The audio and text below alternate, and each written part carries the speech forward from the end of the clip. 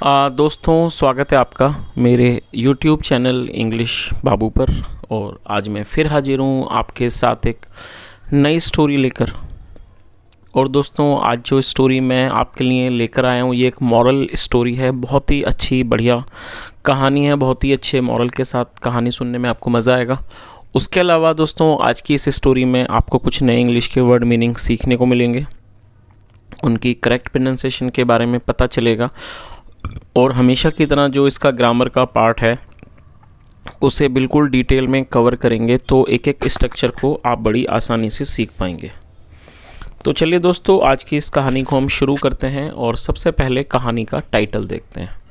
कहानी का टाइटल है द क्लेवर पिजन। क्या मतलब हुआ दोस्तों? क्लेवर एडजेक्टिव है जिसका मतलब होता है चालाक, पिजन मतलब कबूतर, चालाक कबूतर। तो दोस्तों, ये आज की इस कहानी का टाइटल है, शीर्षक है। और अब मैं इसे पढ़ना शुरू करता हूँ। आप लोगों से रिक्वेस्ट है आप कहानी को बिल्कुल ध्यान से सुने, और यदि कहानी पसंद आए तो लाइक भी ज़रूर करें। तो चलिए इसको शुरू करते हैं।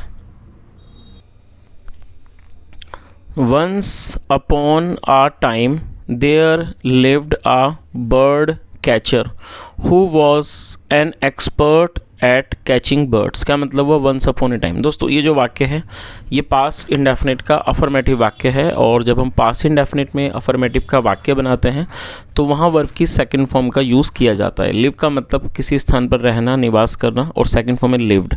और दोस्तों, बर्ड कैचर का मतलब होता है पक्षी पकड़ने वाला, जिसको बहेलिया भी कहा जाता है। वंस अपॉन ए टाइम एक समय की बात है। There lived a bird catcher, एक पक्षी पकड़ने वाला या कह सकते हैं बहेलिया रहता था। Who was an expert at catching birds. दोस्तों, यहाँ हु का यूज़ किया गया जो कि एक रिलेटिव प्रोनाउन है। और ये जो वाक्य है ये सिंपल पास्ट का वाक्य है। सिंपल पास्ट मतलब जब हम पास्ट में कोई ऐसा वाक्य बनाएं जहाँ पर वॉज या वर्ब का इस्तेमाल हेल्पिंग ऑफ के रूप में किया जाता है, साथ में नाउन या एडजेक्टिव को लेकर वाक्य बनाया जाए। और एक्सपर्ट का मतलब होता है किसी चीज़ में कुशल होना, किसी चीज़ में निपुण होना। तो क्या अर्थ हुआ? Once upon a time there lived a bird catcher, एक समय की बात है एक बहेलिया या कह सकते हैं पक्षी पकड़ने वाला रहता था। हु वॉज एन एक्सपर्ट, जो निपुण था, एट कैचिंग बर्ड्स, पक्षियों को पकड़ने में। He used to go to the forest every month to catch birds. दोस्तों, यहाँ यूज टू का इस्तेमाल किया गया है। यूज टू का प्रयोग पास्ट के वाक्यों में कंसिस्टेंसी को दर्शाने के लिए किया जाता है। जब हम कोई ऐसा वाक्य बनाएंगे जहाँ दिखाते हैं पास्ट में कोई व्यक्ति किसी काम को बराबर करता था, तो यूज टू के साथ वर्ब की फर्स्ट फॉर्म लगाई जाती है। He used to go to the forest every month to catch birds, वह हर महीने जंगल जाया करता था टू कैच बर्ड्स, पक्षियों को पकड़ने के लिए। आगे देखिए।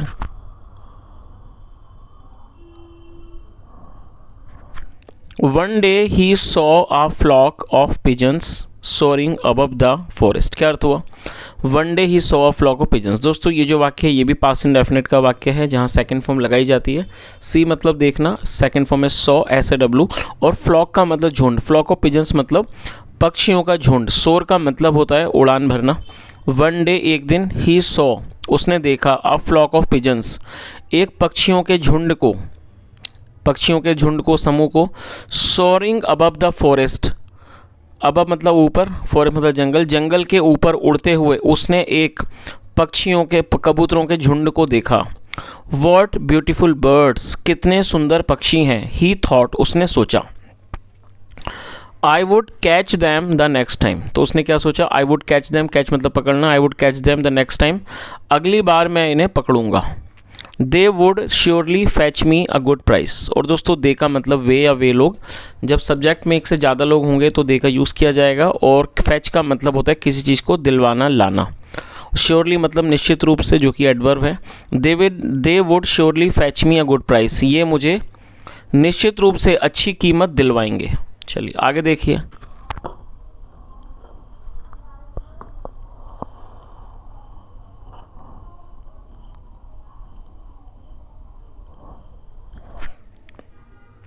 Next month the bird catcher came well prepared. दोस्तों, ये भी पास्ट इंडेफिनिट का वाक्य है जहाँ सेकंड फॉर्म लगाई गई है। कम मतलब आना, सेकंड फॉर्म केम, और वेल प्रिपेयर्ड का मतलब होता है अच्छी तरह से तैयार होना, जो कि एक एडजेक्टिव के तौर पर इसको प्रयोग किया गया है।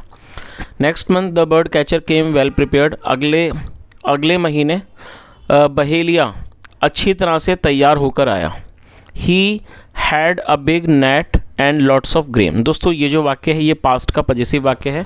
पास्ट पजेसिव का मतलब होता है जब हम पास्ट में कोई ऐसा वाक्य बनाएं जहां ये दर्शाते हैं कि पास्ट में किसी व्यक्ति के पास कुछ था, तो ऐसे वाक्यों में हैड का इस्तेमाल हेल्पिंग वर्ब के रूप में किया जाता है। और नेट का मतलब होता है जाल। He had a big net, उसके पास एक बड़ा जाल था। एंड लॉट्स ऑफ ग्रेन, और बहुत सारा दाना। आगे देखिए, he threw the grains in an empty patch of land. दोस्तों थ्रो का मतलब फेंकना, सेकंड फॉर्म में थ्रू, नोट कर लीजिए THREW, और ये भी पास्ट इंडेफिनिट का ही वाक्य है। ही थ्रू द ग्रेन्स, उसने दाने फेंके। इन an empty patch of land, एक खाली मैदान मतलब ज़मीन के खाली टुकड़े पर। एम्प्टी पैच का मतलब खाली टुकड़ा, तो क्या अर्थ हुआ कि उसने ज़मीन के खाली टुकड़े पर दाना डाला। लेड हिज नेट, ले मतलब बिछाना या लिटाना, second form laid his net, अपना जाल बिछाया। And started waiting for the birds, और पक्षियों का इंतज़ार करने लगा। चलिए आगे देखिए, soon the flock of pigeons came overhead. और दोस्तों ये भी पास्ट का ही वाक्य है जहाँ सेकंड फॉर्म लगाई गई है। सून मतलब जल्दी ही, द फ्लॉक ऑफ पिजन्स कबूतरों का झुंड, केम ओवरहेड वो ऊपर आ गया। They looked down searching for food, look मतलब देखना, सेकंड फ्रॉम लुक, डाउन नीचे, दे लुक डाउन उन्होंने नीचे देखा। सर्चिंग फॉर फूड खाने को तलाशते हुए उन्होंने नीचे देखा। I see a lot of grains in that empty patch said a young pigeon, एक जवान कबूतर ने कहा कि I see a lot of grains in that empty patch, मतलब मैं उस खाली स्थान पर बहुत सारा मुझे दाना दिखता है। All the other pigeons look down, सारे जो अन्य जो पिजन्स थे कबूतर थे, लुक डाउन उन्होंने नीचे देखा। दे सॉ उन्होंने देखा, द एम्प्टी पैच खाली स्थान को, एंड द ग्रेन्स और ग्रेन्स को मतलब दानों को, स्कैटर्ड इन इट जो उसमें बिखरे हुए थे। और दोस्तों आप इसे नोट कर लीजिए, स्कैटर्ड मतलब बिखरे होना, जो कि एक एडजेक्टिव के तौर पर यहाँ यूज़ किया गया है। आगे देखिए, देयर माउथ वाटर्ड। दोस्तों देयर का मतलब होता है उनका, उनकी, उनके। जब कोई भी व्यक्ति या वस्तु एक से ज़्यादा लोगों से संबंधित हो तो उसके लिए देयर का यूज़ किया जाएगा। और माउथ वाटर का मतलब होता है मुंह में पानी आना, सेकंड फॉर्म में माउथ वाटर्ड। तो क्या अर्थ हुआ, देयर माउथ वाटर्ड उनके मुंह में पानी आ गया। But an old pigeon look down, लेकिन एक बूढ़े कबूतर ने नीचे देखा। एंड वॉज अमेज्ड, और वो हैरान हो गया। अमेज्ड का मतलब हैरान हो जाना, स्तब्ध हो जाना, और वो स्तब्ध हो गया, हैरान हो गया। टू सी देखकर, ग्रेन्स दाने देखकर, स्कैटर्ड बिखरा हुआ, इन दैट एम्प्टी एरिया उस खाली मैदान में बिखरे हुए दाने को देखकर जो कबूतर था वो क्या था, हैरान हो गया। आगे देखिए, वेट रुको, सेड द ओल्ड पिजन बूढ़े कबूतर ने कहा। From where could so much grain have come, तो उसने क्या कहा, फ्रॉम वेयर मतलब कहाँ से, from where could so much grain have come मतलब इतना सारा दाना कहाँ से आ सकता है। आई थिंक मुझे लगता है, it is the work of some bird catcher कि ये किसी पक्षी पकड़ने वाले का काम है। चलिए आगे देखिए, father pigeon is always seeing danger sad another young pigeon, और दूसरे एक जवान कबूतर ने कहा कि father pigeon is always seeing danger की जो कबूतर पिता हैं उन्हें हमेशा ही खतरा दिखाई देता है। गॉड नोज ईश्वर जानता है, हाउ मैनी टाइम्स कितनी बार, he has warned us of danger की इन्होंने हमें कितनी बार खतरे के बारे में चेतावनी दी है। और दोस्तों यहाँ हैज़ के साथ थर्ड फॉर्म का यूज़ किया गया है, तो ये प्रेजेंट परफेक्ट का वाक्य है। तो उसने क्या कहा कि God knows how many times he has warned us of danger, मतलब ईश्वर जानता है कि इन्होंने हमें कितनी बार खतरे के बारे में चेतावनी दी है। डोंट लिसन टू हिम इनकी बात को मत सुनो। लेट्स गो आओ चलें, गेट द ग्रेन्स दाना लेने। चलिए आगे देखिए,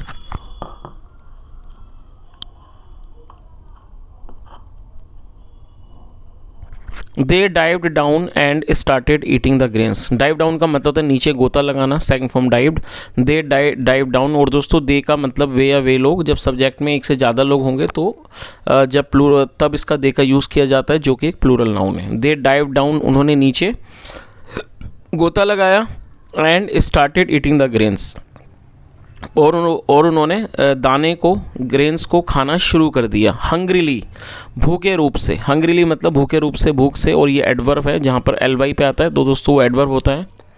आगे देखिए, only the old pigeon hovered overhead. दोस्तों आप इसे नोट कर लीजिए, HOVR, होवर का मतलब था मंडराना। जैसे मान लीजिए आपने देखा होगा, अगर मान लीजिए वो कोई भी पक्षी, ना तो वो आगे जा रहा ना पीछे, वो एक ही जगह पर मतलब अपने आप को वो हवा में बैलेंस करके रोकता है, फड़फड़ाता है, तो उसे मंडराना कहा जाता है, जिसे इंग्लिश में होवर कहते हैं। तो आप इसे भी नोट कर लीजिए, सेकंड फॉर्म है hovered. Only the old pigeon hovered overhead. और जो बूढ़ा कबूतर था उसने सिर्फ क्या करा, वो वहाँ पर मंडराने लगा, मतलब वो वहाँ पर मंडराया ऊपर। ओवरहेड मतलब कि ऊपर। The birds got busy eating. और जो पक्षी थे गॉट बिजी, वो व्यस्त हो गए ईटिंग, खाने में। बट सडनली, लेकिन अचानक, देयर क्लॉज, क्लॉ का मतलब पंजे, और ये प्लूरल नाउन है। देयर क्लॉज, उनके जो पंजे थे, वर इंटेंगल्ड, इंटेंगल्ड का मतलब था उलझना, वो उलझ गए इन समथिंग, किसी चीज़ में। तो इस तरह से पूरी लाइन का क्या अर्थ निकला, the birds got busy eating, मतलब पक्षी खाने में व्यस्त हो गए। बट सडनली, लेकिन अचानक, their claws were entangled in something, अचानक उनके पंजे किसी चीज़ में उलझ गए। All the birds were caught in the net. और जो सारे पक्षी थे वर कॉट, पकड़े गए, इन द नेट, जाल में। They started screaming with fright, fright का मतलब भय, डर, और स्क्रीम का मतलब चीखना, चिल्लाना। They started screaming with fright, वह डर से, भय से चिल्लाने लगे। The old pigeon saw that they were in trouble. और जो बूढ़ा कबूतर था, सॉ, उसने देखा, that they were in trouble, कि वो संकट में है। And swooped down. और दोस्तों सूप डाउन का मतलब होता है तेज़ी से नीचे की ओर झपटना, नीचे की ओर जाना। And swoop down to the ground, और वो तेज़ी से ज़मीन पर आया। The other pigeons at once started. और जो दूसरे कबूतर थे, एट वंस, तुरंत, स्टार्टेड ब्लेमिंग, ब्लेम मतलब दोष देना, स्टार्टेड ब्लेमिंग ईच अदर, एक दूसरे को दोष देने लगे। फॉर नॉट लिसनिंग, ना सुनने के लिए, टू द ओल्ड पिजन, बूढ़े कबूतर की बात। तो इस तरह से पूरी लाइन का क्या अर्थ हुआ कि जो दूसरे कबूतर थे वो एक दूसरे को दोष देने लगे, किस चीज़ के लिए, for not listening to the old pigeon, मतलब बूढ़े कबूतर की बात ना सुनने के लिए वो एक दूसरे को दोष देने लगे। चलिए आगे देखिए। द ओल्ड पिजन सैड, बूढ़े कबूतर ने कहा, कीप क्वाइट, कीप क्वाइट मतलब खामोश रहना, कीप क्वाइट, खामोश रहो। एंड लिसन टू मी, और मेरी बात सुनो। If you struggle alone, struggle का मतलब होता है दोस्तों संघर्ष करना। तो उसने क्या कहा, इफ़ यू स्ट्रगल अलोन, यदि आप अकेले संघर्ष करते हो, you would not be able to fly away, आप उड़कर नहीं भाग पाओगे। फ्लाई अवे मतलब उड़कर भागना। तो उसने क्या कहा कि इफ़ यू स्ट्रगल अलोन, यदि आप अकेले संघर्ष करते हो, you would not be able to fly away, आप उड़कर नहीं भाग पाओगे।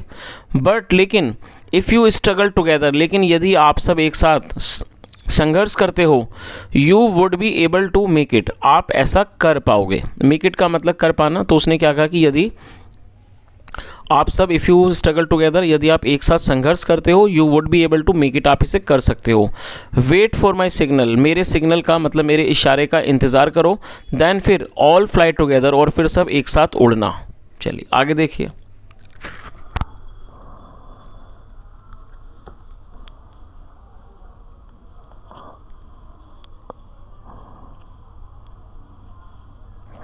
The bird catcher was advancing slowly.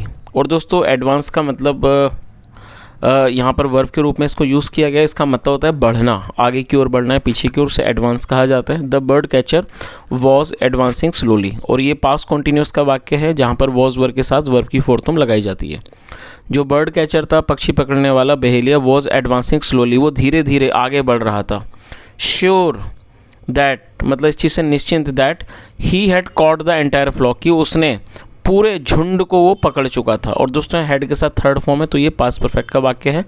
Past perfect मतलब पास में किसी क्रिया का पूरा होना, पाए जाना। तो क्या अर्थ हुआ, श्योर मतलब ये चीज़ निश्चित थी, that he had caught the entire flock, वो पूरे फ्लॉक को, झुंड को पकड़ चुका था। जस्ट देन तभी, the old pigeon gave the signal, तभी जो बूढ़ा कबूतर था, गेव द सिग्नल, गिव मतलब देना, second form gave the signal, उसने इशारा दिया। And all the pigeons started flapping their wings, flap का मतलब फड़फड़ाना। एंड ऑल द पिजन्स, सारे कबूतर, started flapping their wings, their मतलब अपने, विंग्स मतलब पंख, टुगेदर एक साथ, सारे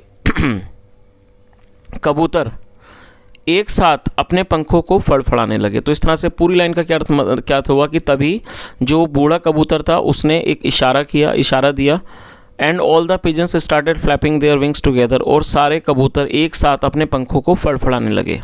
the entire net lifted up, lift का मतलब उठना, second from lifted, the entire net lifted up, पूरा जाल ऊपर उठ गया, एंड वॉज कैरीड अवे, और उसको ले जाया गया in front of the dazed eyes of the bird catcher. Dazed का मतलब होता है आश्चर्यचकित, मतलब जो पक्षी पकड़ने वाले की जो बिल्कुल एक चकित आंखें थी, मतलब हैरानी वाली आंखें थी, उनके सामने से उसको ले जाया गया।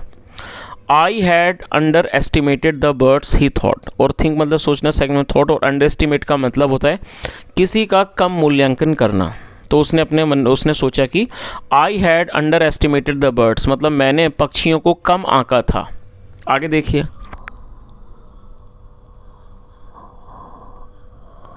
The old pigeon guided the birds to safety and let them near a rat's hole. Guide का मतलब होता है किसी का मार्गदर्शन करना, सेकंड फॉर्म गाइडेड। जो बूढ़ा कबूतर था, गाइडेड द बर्ड्स, उसने पक्षियों का मार्गदर्शन किया, टू सेफ्टी सुरक्षा की तरफ, एंड लेड देम, और दोस्तों लीड का मतलब ले जाना, second form led, and led them, और उनको ले गया नियर आर रैट्स होल, एक चूहे के बिल के पास उन्हें वो ले गया। The old pigeon had helped the rat once, और बूढ़े कबूतर ने वंस मतलब एक बार, रैट की चूहे की मदद की थी। टुडे आज, he asked it to help them, आज उसने उसे अपनी मदद करने को कहा। आगे देखिए, the rat cut the net, और जो रैट था, चूहा था, कट द नेट, उसने जाल को काट दिया, विद इट शार्प टीथ, अपने नुकीले, अपने पैने या कह सकते हैं नुकीले दांतों से, and all the pigeons were able to escape, और जो सारे कबूतर थे वर एबल टू एस्केप, वो बच पाने में, एस्केप कर पाने में कामयाब हो गए। चलिए, और दोस्तों अब इस कहानी का जो मोरल है वो भी देख लीजिए। क्या मोरल है, बहुत ही प्यारा मोरल है। मोरल है क्या है, यूनिटी इज स्ट्रेंथ, मतलब क्या हुआ कि एकता में ताकत होती है। और दोस्तों यदि कहानी के मोरल के बारे में बात करूं तो सिर्फ एक ही मोरल नहीं है। कहानी को पढ़ने के बाद, सुनने के बाद इस कहानी के दो मोरल हैं। पहला तो ये है कि जो हमारे बड़े बुज़ुर्ग हैं, हमसे बड़े हैं, हमें उनकी बात सुननी चाहिए। जैसा यहाँ पर हमने देखा कि जो कबूतर थे उन्होंने उस बूढ़े कबूतर की बात को इग्नोर किया, उसकी बात को उन्होंने अनसुना किया, और यही कारण था वो संकट में पड़े। और तो दोस्तों हमें इस चीज़ को भी समझना चाहिए, जो हमसे बूढ़े लोग हैं, जो हमसे बड़े हैं, कई बार हम उनकी बातों को नहीं सुनते, उनसे कुछ नहीं सीखते, या फिर उनकी बातों को इग्नोर कर देते हैं। लेकिन दोस्तों देखा जाए तो उन्हें जीवन का हमसे ज़्यादा अनुभव है, तो हमें उनकी बात सुननी चाहिए। कई बार हमें उनकी बातों से बहुत कुछ जानकारी मिलती है और उससे हमें बेनिफिट भी होते हैं। तो पहली यहाँ पर मॉरल यही है कि जो हमसे अपना बड़े हैं, जिन्हें हमसे ज़्यादा अनुभव है जीवन का, हमें उनसे सीखना चाहिए, उनकी बातों को सुनना चाहिए, जो कि हमारे लिए अच्छा है। और दूसरी इसकी जो मॉरल है वो ये है कि एकता में ताकत होती है। जैसा हमने देखा कि जो सारे कबूतर थे उन्होंने एकता दिखाई। एकता दिखाने का रीज़न, फ़ायदा ये हुआ कि वो सब लोग एक ही, मतलब जब एक बार फड़फड़ाए, उन्होंने पंखों को अपने फड़फड़ाया, तो वो उस जाल को ही लेके उड़ पड़े। जिससे ही पता लगता है कि व्यक्ति की, कोई भी व्यक्ति हो, यदि वो एकता से रहता है तो एकता में बहुत ज़्यादा ताकत होती है और वो बड़े से बड़े संकट को भी टाल सकता है। तो दोस्तों ये आज की छोटी सी कहानी थी, अच्छे से मॉरल के साथ। यदि आपको अच्छी लगी हो, मेरा पढ़ाने का प्रयास भी अच्छा लगा हो, तो आपसे रिक्वेस्ट है आप ये वीडियो को लाइक करें, शेयर करें, चैनल को सब्सक्राइब करें। कोई भी सुझाव हो तो कमेंट में ज़रूर बताएं। और दोस्तों वीडियो ख़त्म करने से पहले एक नाम मुझे लेना है। कल मैंने कमेंट देखा, एक शुभम ठाकुर जी हैं पंजाब से, उन्होंने कहा था सर आप मेरा नाम लेना। तो शुभम ठाकुर जी, मैंने आपका नाम इस वीडियो में ले लिया है। और यदि आप वीडियो देख रहे हैं, सुन रहे हैं, तो आप कमेंट के माध्यम से ज़रूर बताएं। यहाँ तक सुनने के लिए thank you so much. Have a nice day and bye.